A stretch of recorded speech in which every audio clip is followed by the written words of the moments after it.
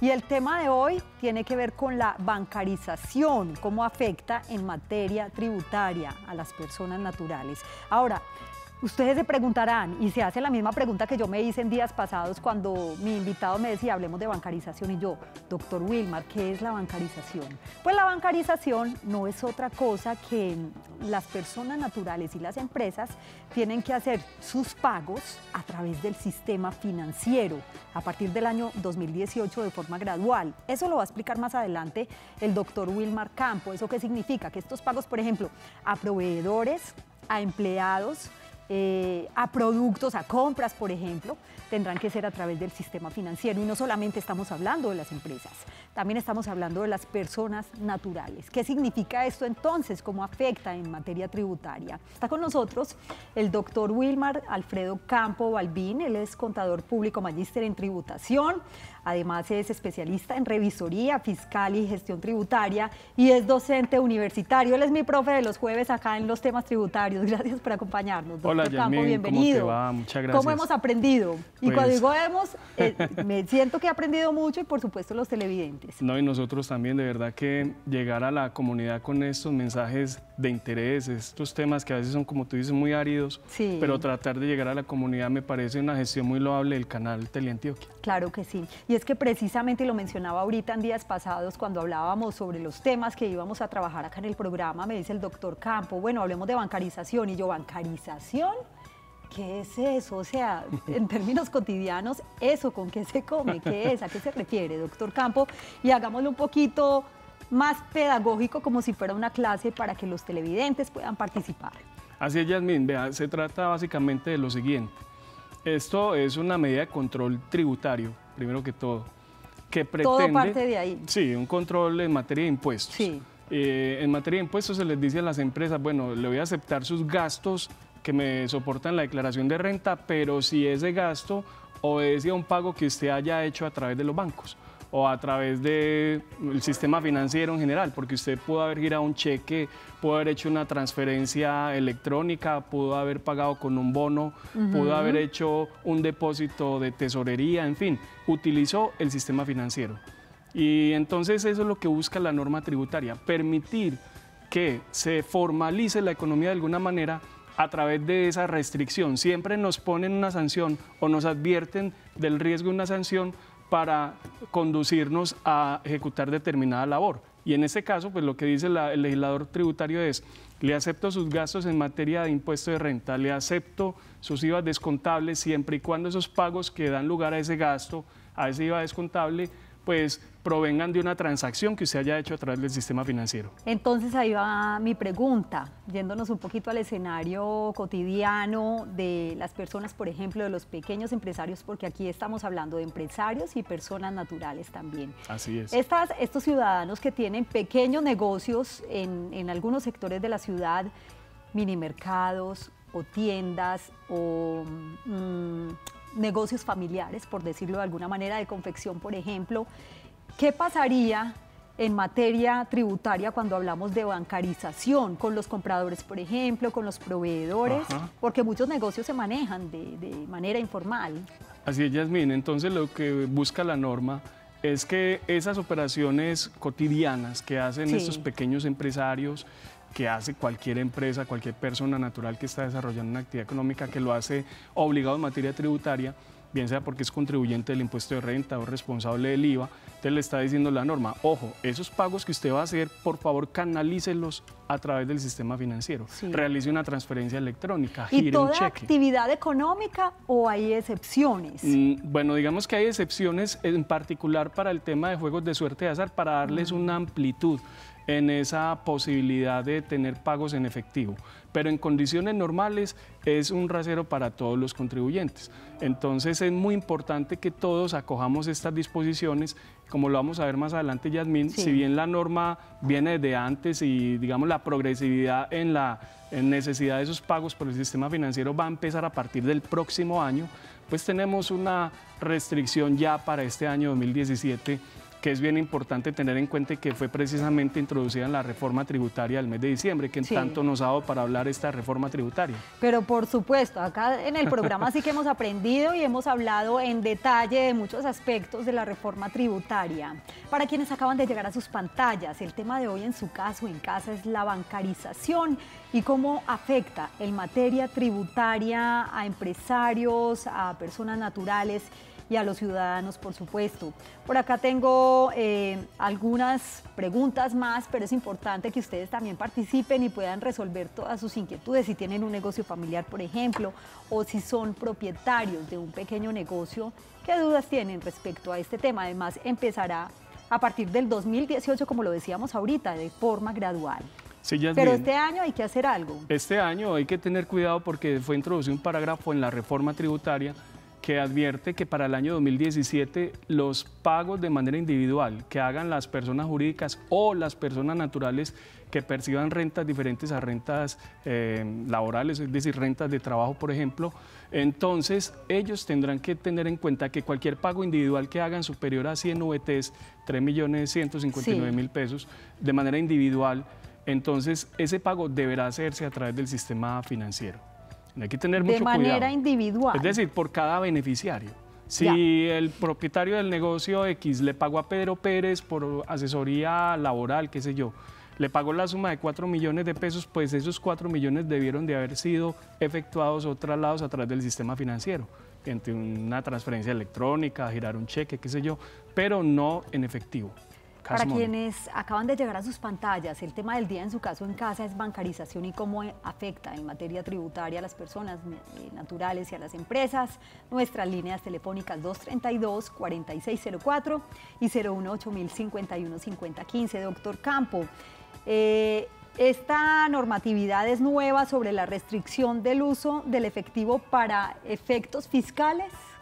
No, Yasmín, ya hay un antecedente en nuestro sistema jurídico tributario. Ya desde el año 2010, la ley 1430 de dicho año ya advertía la necesidad de esta bancarización, solo que se ha venido postergando en el tiempo. Entonces han habido otras reformas tributarias que han aplazado la medida. De hecho, en la ley 1734 del año 2014, 1739, perdón, de 2014, se había advertido que comenzaba en el 2019.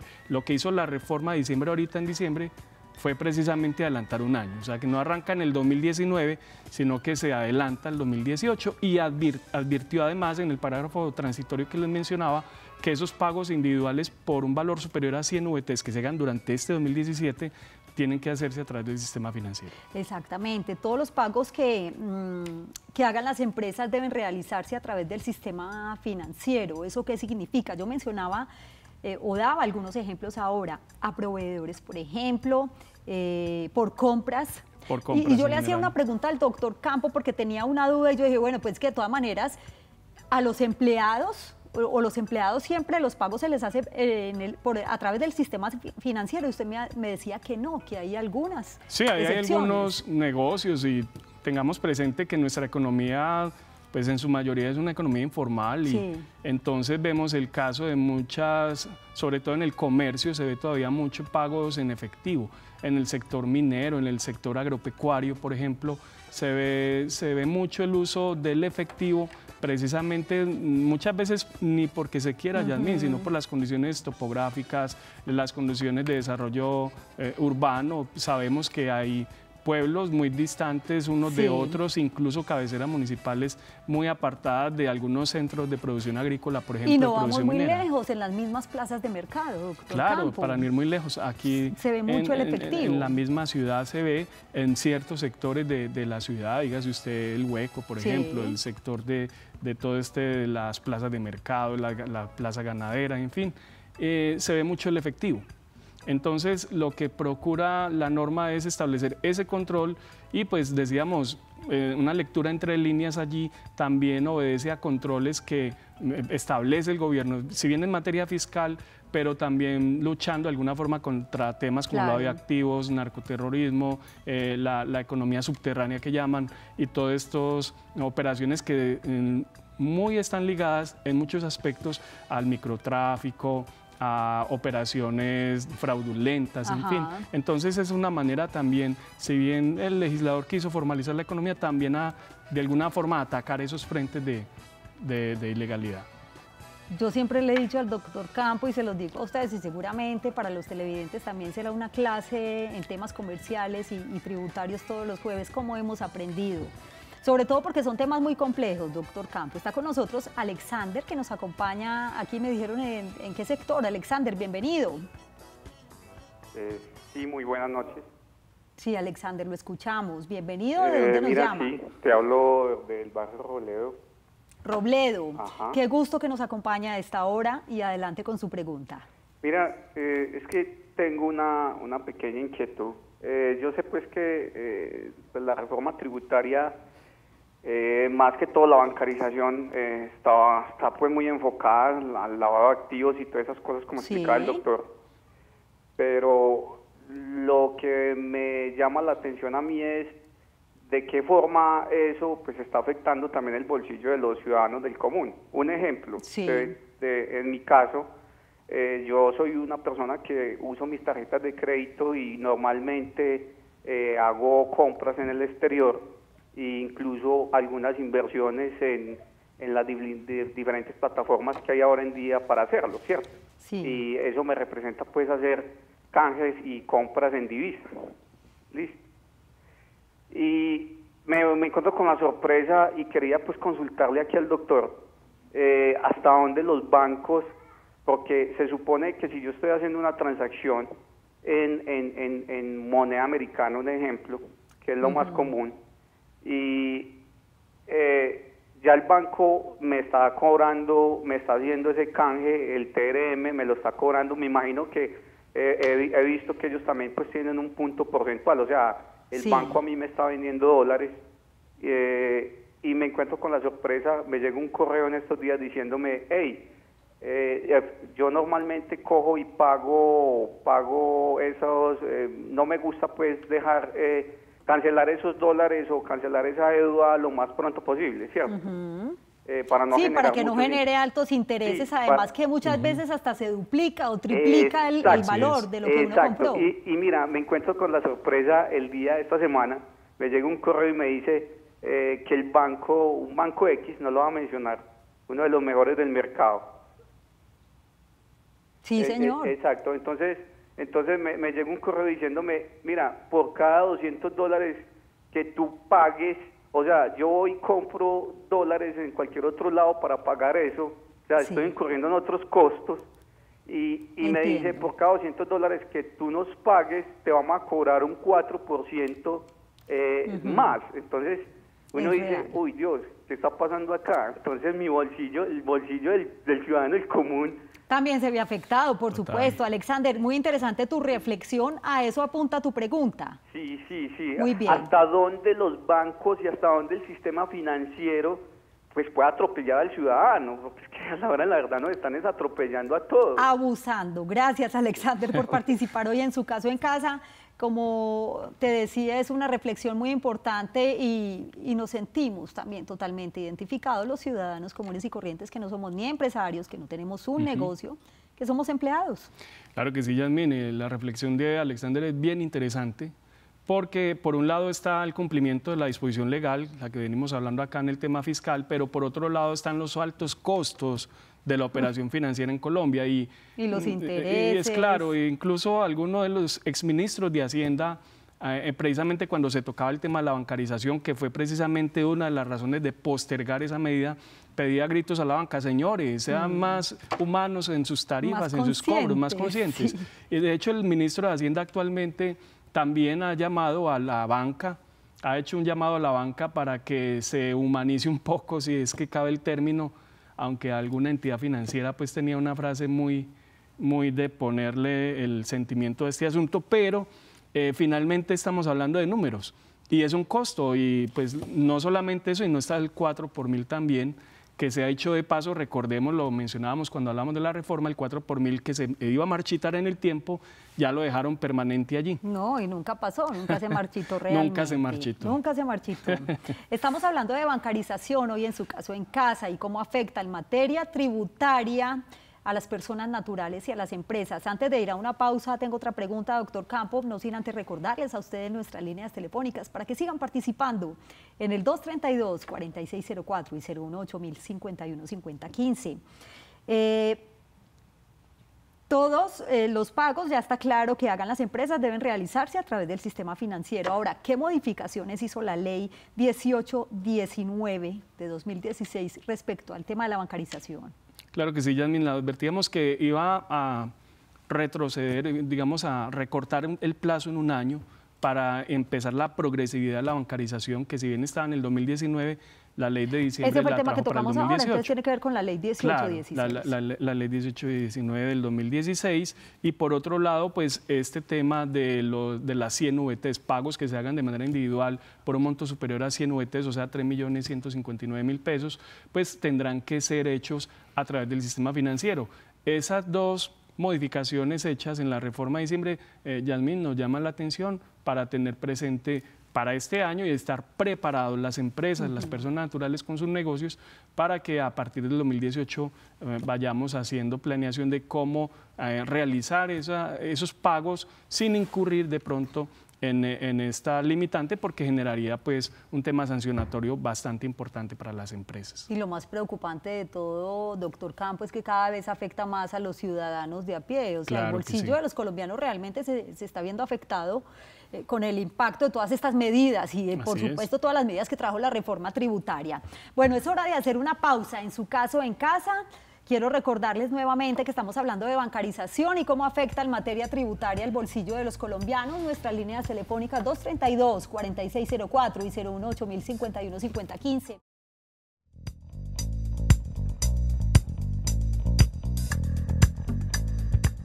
Continuamos en su caso en casa con el tema de la bancarización y cómo afecta en materia tributaria el bolsillo de los colombianos, a las personas naturales, a las empresas. Y respecto a este tema, es muy importante que tengan presente los siguientes datos para recordar.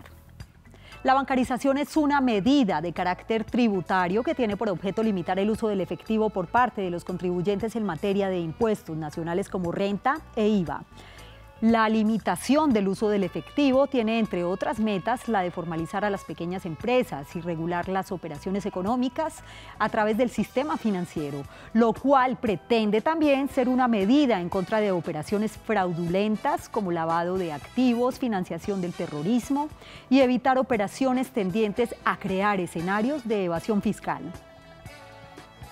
Las normas de bancarización se han implementado desde el año 2010 con la ley 1430 de dicho año, pero se han venido aplazando en el tiempo. Sin embargo, en la ley 1819 del año 2016 se anticipó su implementación en un año. Es decir, a partir del año 2018, como bien lo mencionaba ahorita el doctor Campo, comenzará a implementarse de manera gradual la limitación de pagos en efectivo. Pero es muy importante señalar que si bien la gradualidad comienza en el año 2018, hay una medida transitoria que rige a partir de este año y que consiste en que las empresas y personas naturales que perciban rentas no laborales, que realicen pagos de manera individual que superen las 100 VT, el equivalente a 3.186.000 pesos, deberán ser canalizados a través del sistema financiero. Continuamos en su caso en casa, nuestras líneas telefónicas 232-4604 y 018-051-5015. Y a esta hora nos acompaña Mari en el barrio Robledo, aquí en Medellín. Bienvenida. Mari, la escuchamos. Muy buenas noches. Sí, señora. Bienvenida a su caso en casa. El año pasado yo realicé para una empresa de ingenieros un trabajo de oficina y pues ese trabajo un par de días eran 125.000. Me obligaron a abrir una cuenta bancaria. ¿Y fue por prestación de servicios, Mari? Sí, pues fue un trabajo ahí en oficina, sí, se pagó así. Y para pagar 125 me obligaron a abrir una cuenta en un banco y me sacaron el 7%. Ahí veo pues que eso, ¿por qué me sacaron el 7% de impuestos sobre esos 125.000 pesos? Y veo que eso es hasta 3.186.000. O sea que esto es, pues hay empresas que malinterpretan la ley y aprovechan para hacer pagos, pues, o sea, la ignorancia, porque yo no soy experta en tributaria, claro. Entonces ellos cobran impuestos que no deben. Mari, gracias por acompañarnos y por contarnos su caso, doctor Campo. Muchas gracias. Sí, ¿Cómo podría explicarse o cómo interpretar este caso de Mari? puede ser que en el caso de ella la empresa le haya efectuado alguna retención en la fuente, pero por el monto de la cifra realmente y por lo que ella advierte, dado que el año pasado pues no estaba todavía rigiendo la ley tributaria actual, sino que regía la ley anterior, ese pago, dadas las circunstancias como ella lo está planteando, dada la condición para que fuera un pago por concepto de empleado no vinculado laboral o vinculado laboral si tuviera un contrato firmado, pero en todo caso, por el monto de la cifra, no le hubiera dado para que le hubieran hecho retención en la fuente alguna, siempre y cuando hubieran cumplido pues con los requisitos que exigía la norma del año anterior para soportar ese pago de empleado. O sea que es evidente un abuso. Pues ahí se advierte, pues no hay una razón, al menos desde el punto de vista fiscal, para que le hubieran efectuado una retención del 7%. Ahora, es muy importante, y esto para Mari y para todos nuestros televidentes, que hay un principio constitucional claramente establecido, es que no se pueden cobrar impuestos que no estén creados en la ley.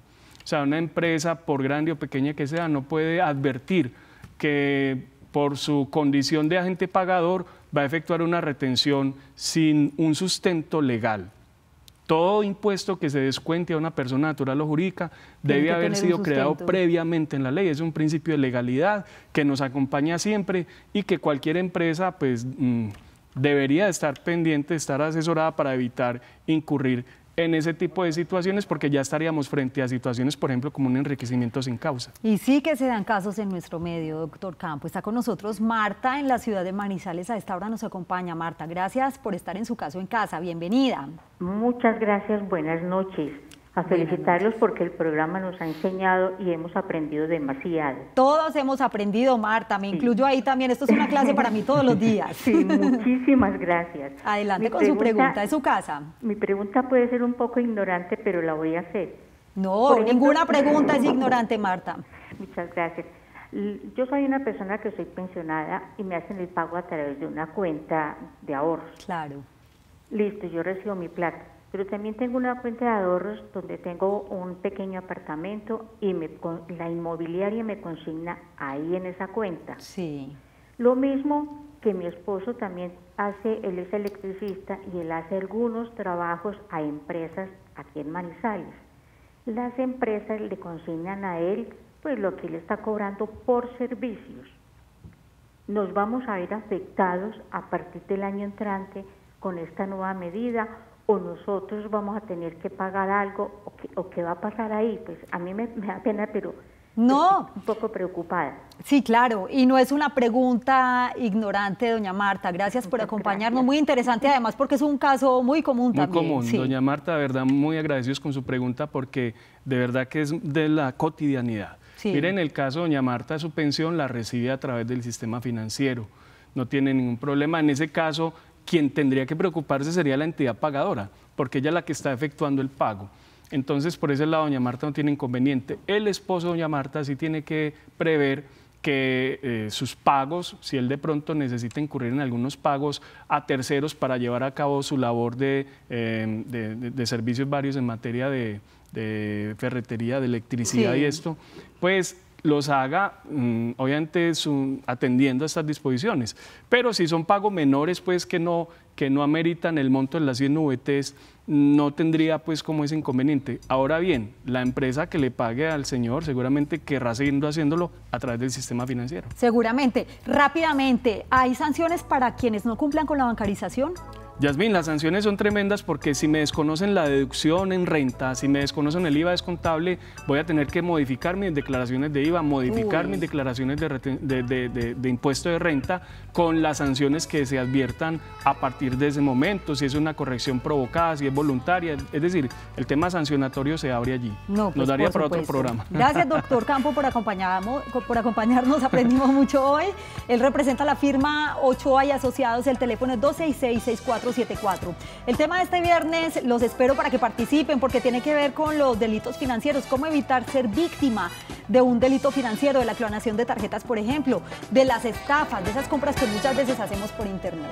Gracias por acompañarnos, feliz noche y feliz día para quienes nos acompañan en las mañanas. Chao. Chao.